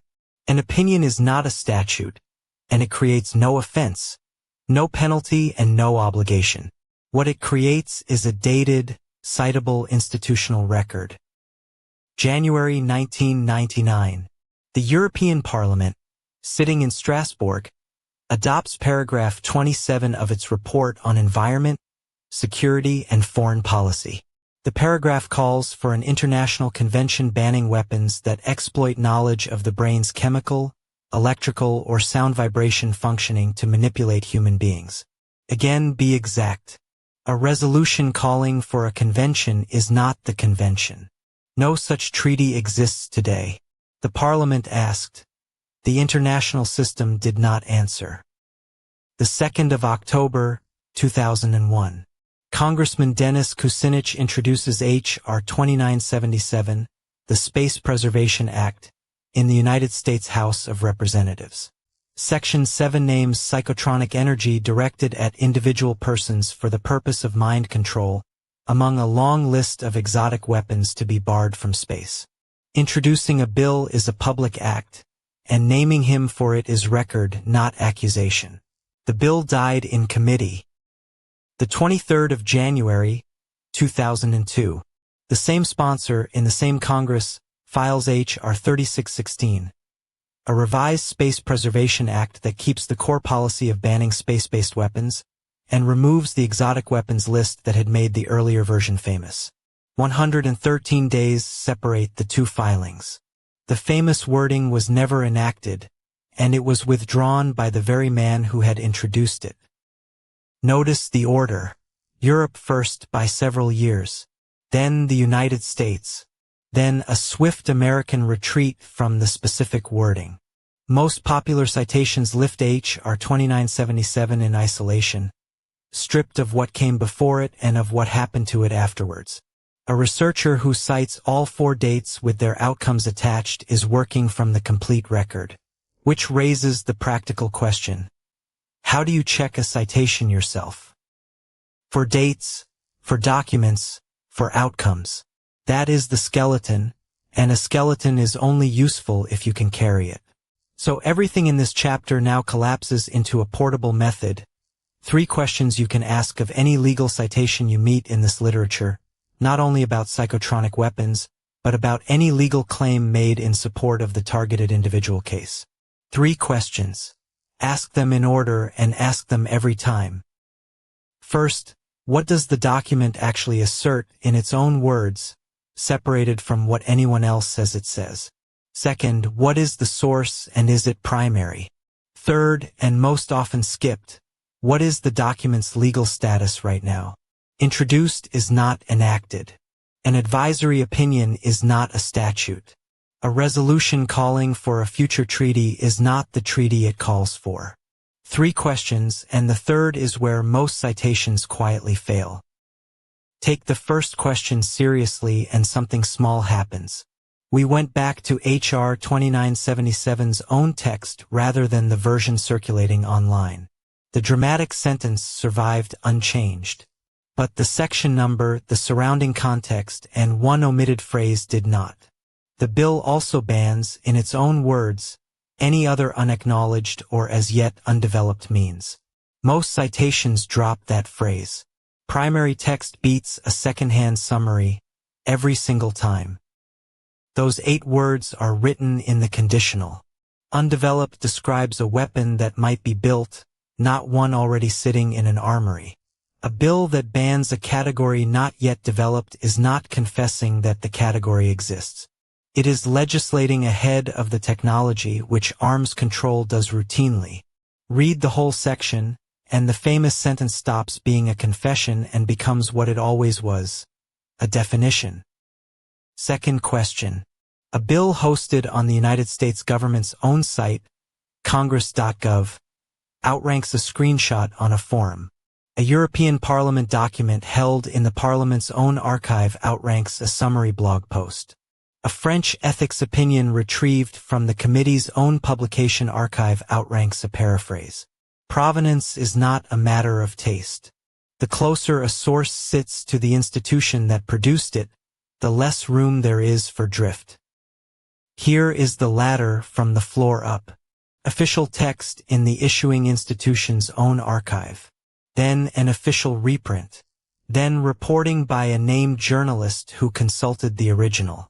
Then a summary that cites its source. Then a summary that does not.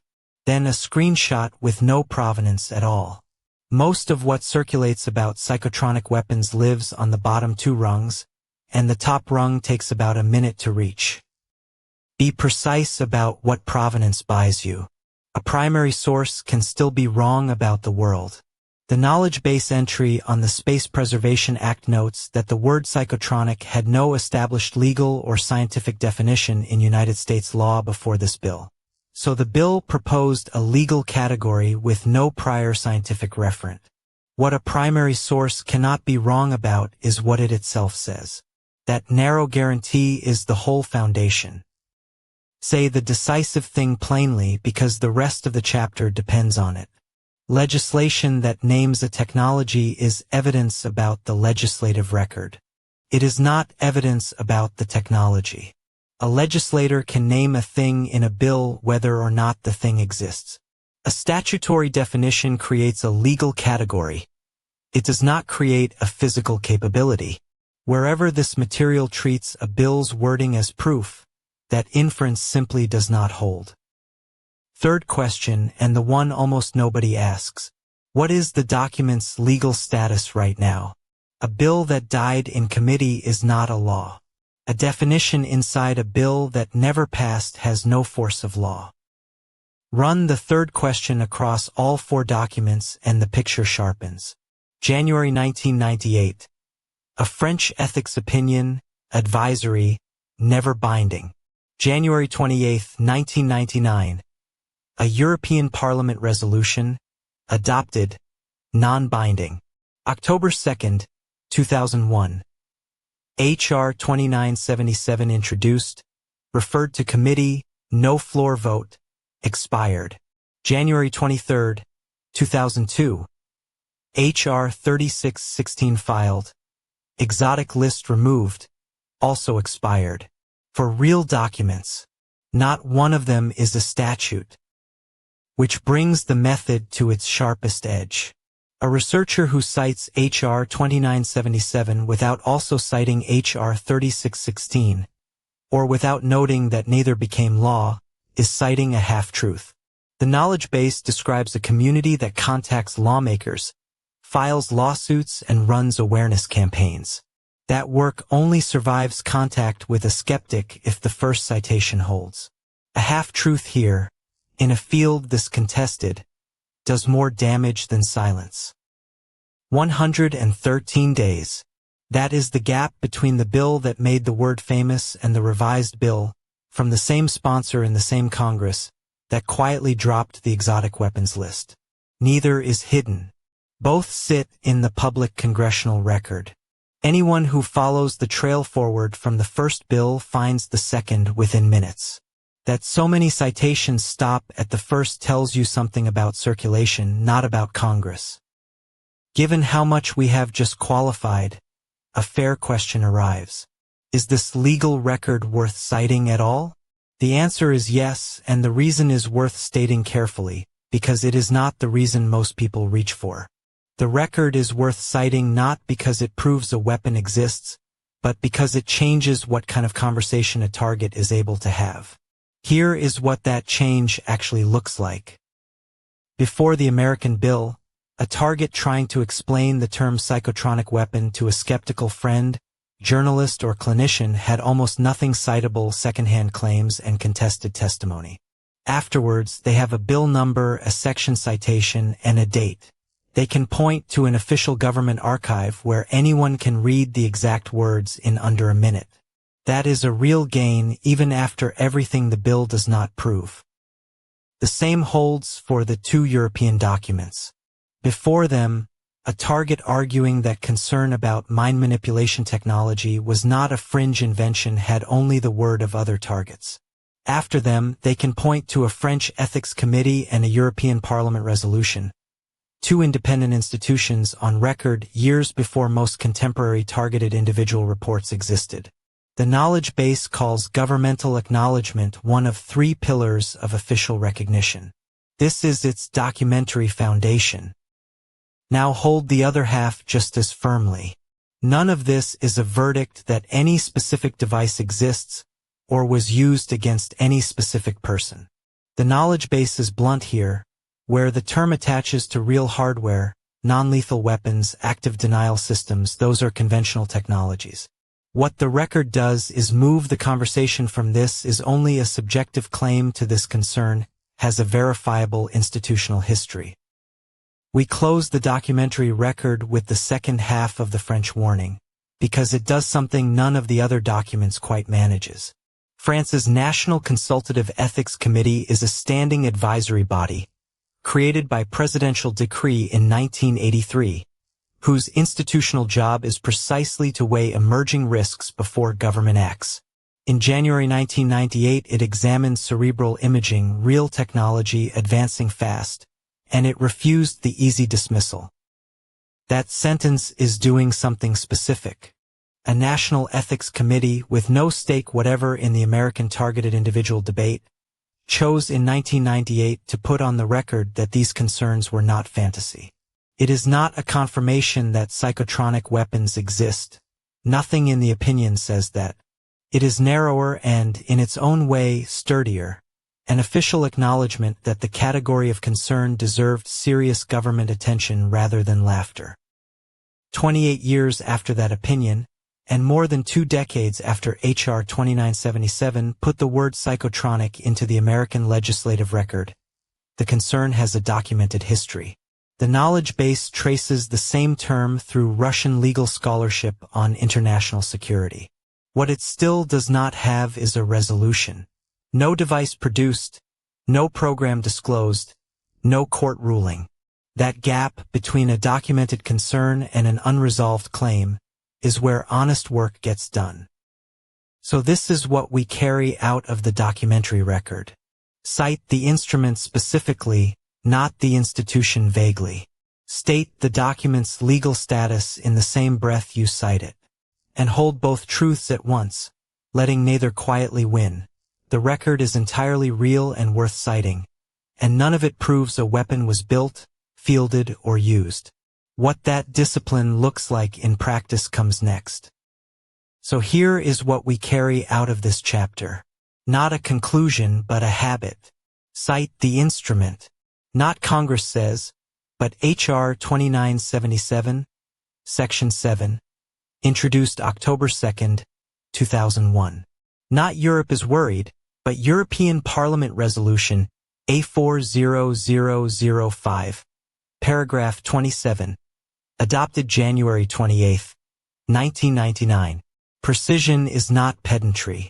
It is the difference between a claim a skeptic can check and one he can dismiss without checking. And state the document's legal status in the same breath you cite it. Introduced is not enacted.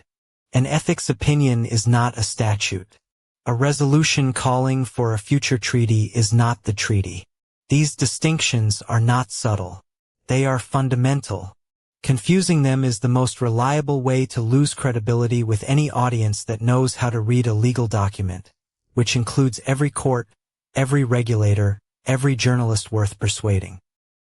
3 questions, then, before any citation leaves your mouth. What is the instrument, named and numbered? What is its date and which body acted on it? And what happened to it? Was it introduced, amended, withdrawn, passed, or repealed? A target who can answer those 3 questions is doing something most journalists covering this subject have never done. A target who cannot will be corrected in public, and the correction will bury the point. Apply it to the bill. H.R. 2977, the Space Preservation Act of 2001, introduced in the House of Representatives on October 2, 2001, by Representative Dennis Kucinich of Ohio. Section 7 listed psychotronic weapons among exotic weapons systems. Referred to committee. Never reported out. Never voted on. Never enacted. Its successor, H.R. 3616, filed January 23, 2002, deleted the exotic weapons language entirely. That is its entire legislative life.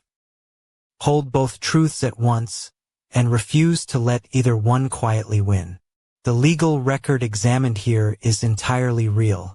It is checkable. Anyone with a library card can pull these documents and read them. And none of it proves that a psychotronic weapon has been built, fielded, or used against any specific person. That is not a compromise invented to please both sides.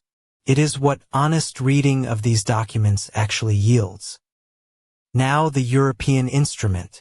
Resolution A40005/1999 on the environment, security and foreign policy, adopted by the European Parliament on January 28, 1999.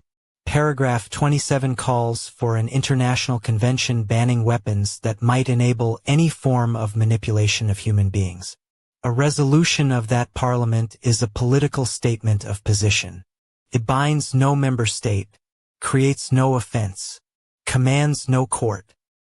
Here is the decisive point, and it will be repeated because it is the one most often lost. Legislation that mentions a technology is evidence about the legislative record. It is not evidence about the technology. A legislator can name a thing in a bill whether or not the thing exists. A statutory definition establishes a legal category. It does not establish a physical capability. Where this chapter's sources blur that line, the blur is theirs. The French document next. The Comité Consultatif National d'Éthique, France's National Consultative Ethics Committee, issued an opinion on cerebral imaging in January 1998. It warned that the societal risks raised by brain imaging were, in its words, far from being science fiction concerns.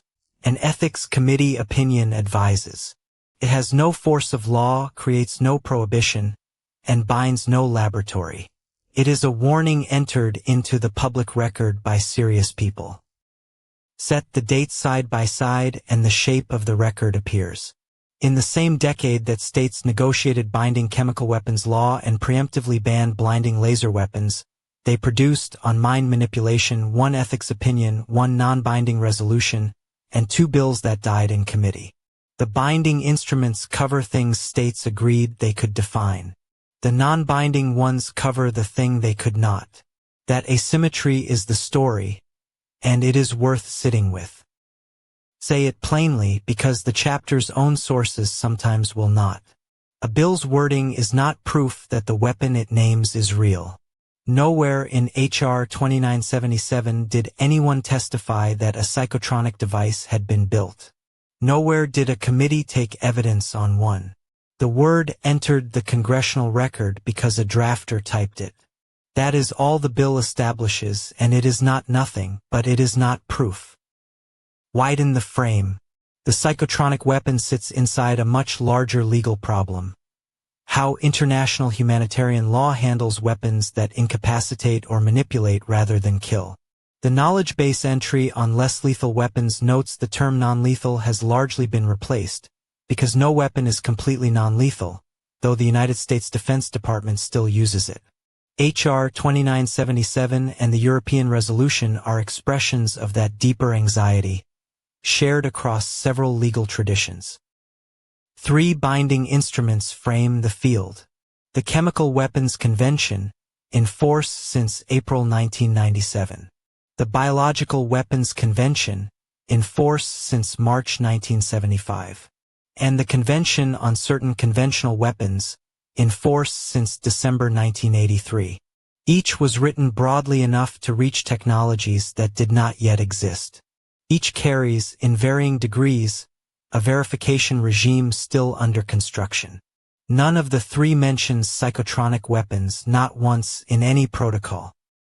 There is a precedent worth knowing, because it shows the system can act before a weapon spreads. Protocol 4 to the Convention on Certain Conventional Weapons, adopted in Vienna in October 1995, banned laser weapons designed to cause permanent blindness. It entered into force in July 1998. That prohibition arrived before the weapons were widely fielded. For the psychotronic category, no such protocol exists anywhere in the treaty record.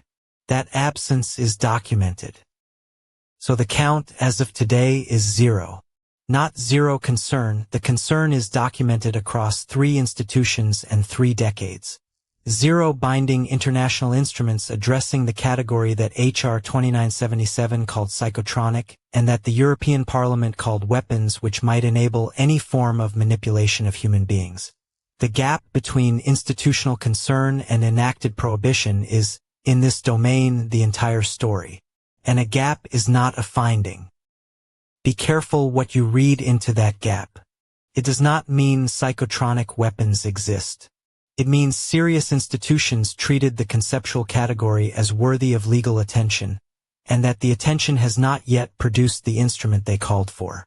Whether the absence reflects the weapon's infeasibility, the difficulty of defining it in enforceable terms, or states declining to constrain their own research, the public record does not say. Here the evidence runs out. For someone who believes they are being attacked, that absence cuts 2 ways.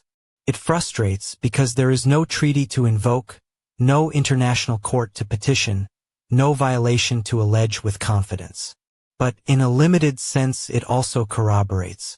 If the whole idea were pure fantasy, it is odd that 2 legislatures and an ethics committee spent official time drafting language against it. Limited is the operative word there. Institutional attention is not physical evidence. So let us put the record on the table piece by piece and look at what we actually hold. 3 pieces: a definition, a bill, and a pair of warnings. Each has been examined on its own terms. Laid side by side, they answer one question clearly and leave another wide open. Knowing which is the whole skill this chapter has been trying to teach. Take them in order and name the status of each. Piece A is the definition, and its structure is the point. For named categories, technogenic, suggestive, pharmacological, paranormal, then an open catch-all, complexes and others. Hidden, forced influence on consciousness, behavior, and health, with no single mechanism specified. That breadth is not sloppiness. It is design. A definition wide enough to cover every conceivable method of covert mind manipulation is a definition no experiment can falsify. It is a concept, not a blueprint. Piece B is the bill.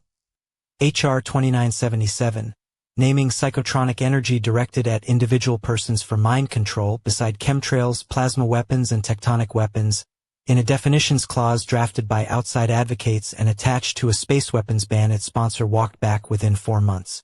Piece C is the warnings. France, January 1998. The European Parliament, January 1999.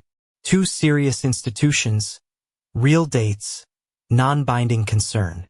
Neither bill ever became law. Now notice what none of these three pieces is. None is a scientific demonstration. None is a criminal conviction. None names a device that was built and fielded. None describes a test with a measurable outcome. None gives a specification an engineer could build from. What they are, together, is a cross-institutional paper trail showing that this question has held serious legislative attention for nearly 3 decades. Hold that and hold the gap. 3 pieces now sit on the table. A definition, a bill, and 2 official warnings. Before asking what they change, we should ask where they connect. This legal record does not stand alone in the series. It reaches back to the institutions mapped in the previous part, sideways to Europe's inquiries into mass interception, and forward to a Senate investigation from 1974. A record read in isolation is a record easily misread. The previous part mapped the institutional infrastructure behind directed energy research, the laboratories, the professional society, the joint funding office, the human performance wing. Section 7 of H.R. 2977 names laser, electromagnetic, and particle beam energies alongside psychotronic ones. Those first 3 have real research establishments behind them with buildings, budgets, named directorates, and published papers. That is documented. Whether the 4th category has anything at all behind it is precisely what a bill cannot tell you. So read the map and the list together. The bill names categories. The institutional map shows which of those categories have a research estate you can visit, fund, or file a records request against. Laser work has 1. High-power microwave work has 1. For psychotronic weapons, this chapter finds no comparable establishment in the public record. Absence of a published capability is not evidence of a hidden one, and a bill's wording supplies nothing the record itself lacks. Held together, the 2 records answer different questions. The institutional map tells you where directed energy research physically happens. The bill tells you what one member of Congress was willing to name in printed text. H.R. 2977 was introduced on the 2nd of October, 2001, referred to 3 committees, and never received a hearing, a markup, or a floor vote. It died with the 107th Congress. Introduced is not enacted. This chapter connects outward in 3 directions. Backward, to the institutional map of directed energy research. Sideways, to the European Parliament's inquiry into the echelon interception system, opened by the very same assembly that passed the mine manipulation resolution. Forward, to the United States Senate's 1974 investigation into federal behavior modification programs. Each connection shows something the psychotronic record alone cannot, what a real institution, a real inquiry, and a real published finding actually look like. On the 28th of January, 1999, the European Parliament adopted the report catalogued as A4-0005.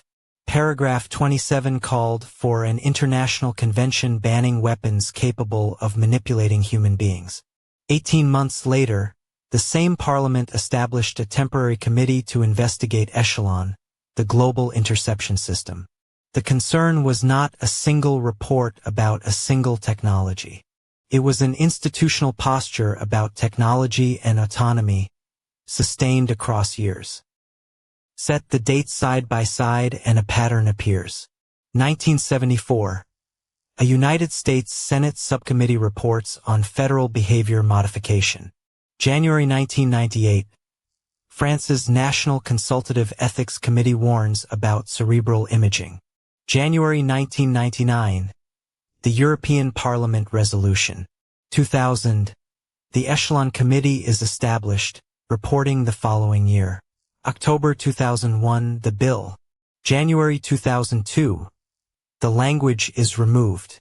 28 years of attention, and no binding instrument. The operative words are worth hearing exactly as adopted. The Parliament asked member states to pursue a convention banning weapons that might enable, in its phrase, any form of manipulation of human beings. Notice what that sentence does and does not do. It requests a future treaty. It does not assert that such weapons exist, and it names no program, no device, and no country. A call for prohibition is not a finding of capability. The Echelon inquiry is instructive precisely because it went further. That committee took evidence, published its report in 2001, and concluded that a global system intercepting private and commercial communications did exist. That is what an institution looks like when it establishes a capability rather than merely naming one. Now the decisive point, stated as plainly as it can be. Legislation that mentions a technology is evidence about the legislative record. It is not evidence about the technology. A legislator can name a thing in a bill whether or not that thing exists. A statutory definition establishes a legal category. It does not establish a physical capability. Where this material is cited as though a bill's wording proves the weapon, the citation is simply wrong. Which brings us to a document of a different species. In 1974, the Senate Subcommittee on Constitutional Rights, chaired by Sam Ervin of North Carolina, published Individual Rights and the Federal Role in Behavior Modification. This was not a bill. It was a completed congressional investigation with findings, and it reported that federal agencies were funding behavior control research without adequate safeguards for the people enrolled in it. A later part of this series returns to it. The number this chapter carries out of that report is 5. 5 federal agencies funding behavior control research with no adequate framework of consent or oversight around it. That is a published finding by a committee of the United States Senate, not an allegation and not a proposal. It is worth holding beside H.R. 2977 because it shows exactly what the Psychotronic record does not contain: an investigation that finished and found something. So the French ethics opinion of 1998 and the European resolution of 1999 are, in a sense, Europe's counterparts to Ervin's warning of 1974. Independent institutions, different decades, different continents, arriving at one concern: that technology able to reach into the human mind should be constrained before it arrives. That convergence is real and documented. It is still not a demonstration that any such weapon was built or fielded. That is the map of connections. The harder question is the practical one. What does knowing this legal record actually change on an ordinary Tuesday for the two people this series is written for: the target trying to be believed and the researcher trying to build something that holds? The chapter answers separately for each, and the answers are smaller and considerably more useful than the promises usually made about this material. For the target, the record offers something that is neither exaggeration nor surrender. Instead of a claim that sounds unfalsifiable to an unfamiliar listener, there is a sentence to point at. Here is the bill. Here is the date. Here is the section. That is checkable in minutes on the government's own website. It does not prove what is happening to anyone. It proves the words have a documented history, used in serious places by serious people. It also proves the vocabulary is not homeless. But every instrument in that vocabulary carries a status, and the status must travel with the citation. A bill that died. A revised bill that stripped the language. A non-binding resolution. An advisory ethics opinion. A draft Russian law our verification could not confirm. A published Senate finding. 8 documents, several different weights, and no honest argument treats them as one undifferentiated proof. That sentence is worth repeating slowly, because it is the one most often lost when this material gets shared. A history of use is not proof of existence. A vocabulary can be perfectly documented and still describe nothing at all. What the record removes is not doubt about the weapon. What it removes is the isolation of sitting in a closed room with an inexplicable sensation and no words for it whatsoever. For the researcher, the record offers a method more than a conclusion. Reach for the primary text, never a paraphrase. State a document's legal status in the same breath as its content. Never let a definition, a bill, and an advisory opinion blur into one undifferentiated proof. One illustration. This chapter names a Duma witness Lopatkin, while the knowledge base names a legal scholar Vien Lopatin. Whether that is one man or two, our sources do not establish. Stacked by weight, the difference becomes obvious. At the top sits enacted, binding law, and in this chapter that tier is completely empty. Below it, a bill, printed, citable, legally inert. Below that, a parliamentary resolution, adopted, political, binding on nobody. At the bottom, ethics opinions and reported testimony, advisory or unverified. Everything examined here lives in the lower three tiers. Saying that out loud costs nothing and protects everything built above it. Practiced consistently, that discipline does something valuable for the whole subject. It makes every claim built on top of it sturdier, because no claim was ever asked to carry more weight than it could honestly bear. The record is real. The device remains unproven.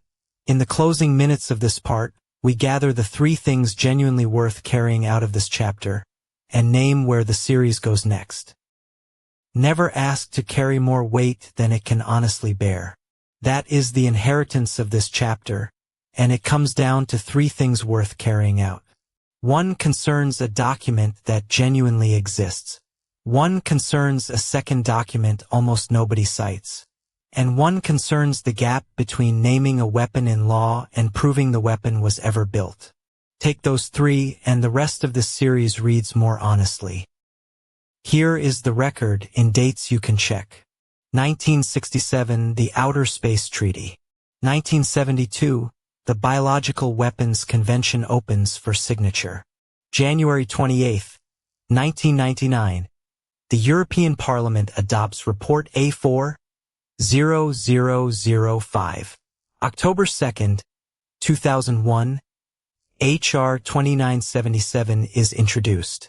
January 23, 2002, its replacement arrives. Every one of those is retrievable today from a public archive.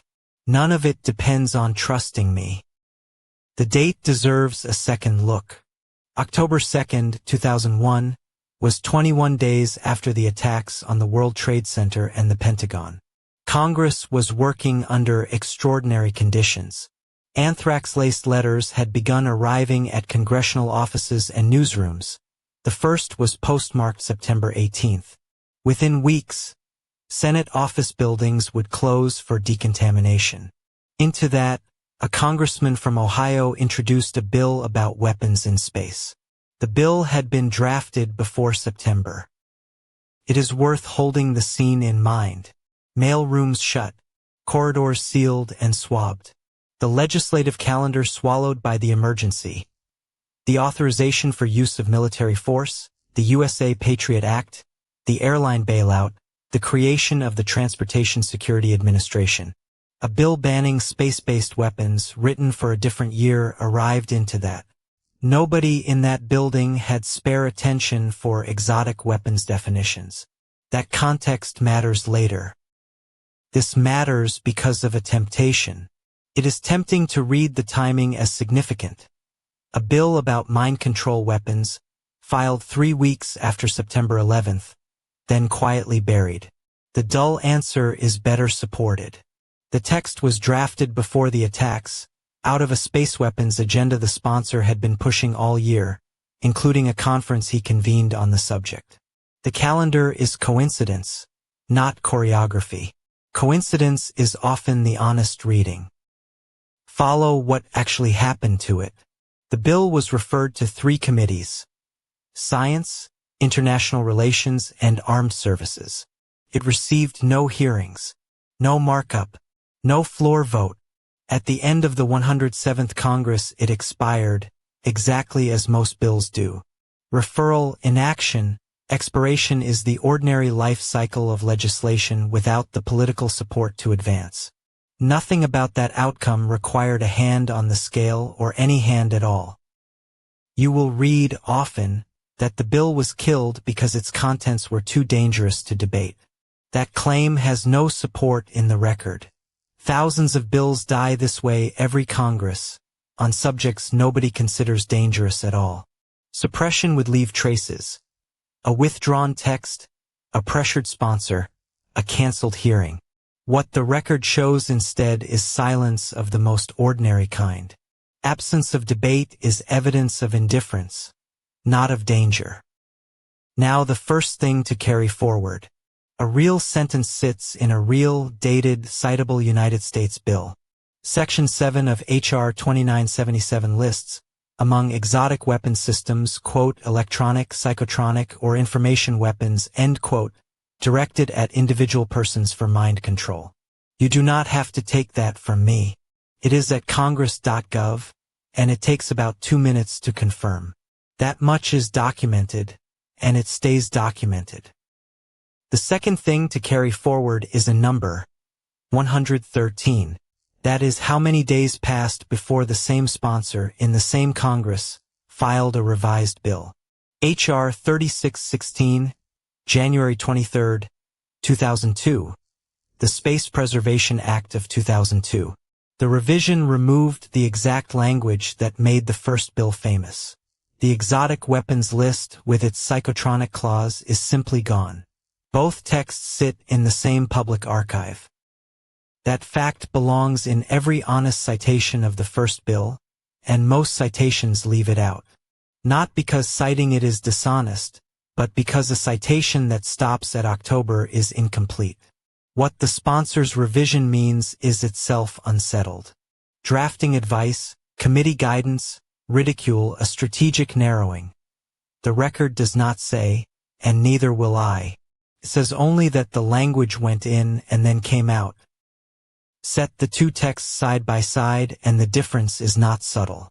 One names a category of exotic weapons, including the psychotronic. The other does not name it at all. Both were introduced by the same member. Both were referred to committee. Both died there. If you cite only the first, you are not describing the legislative record. You are describing the half of it that supports a conclusion you already hold. The third thing to carry forward is the hardest, because it feels like pedantry until it saves you. Different documents carry different force. An introduced bill binds nobody. A committee report recommends. An ethics opinion advises. Only an enacted statute or a treaty in force actually obliges anyone to do anything. When someone tells you a weapon is recognized in law, ask which of those they mean. The answer changes what the claim is worth. Europe gives the same lesson twice. In January 1998, France's National Ethics Committee published an opinion touching cerebral imaging and its misuse.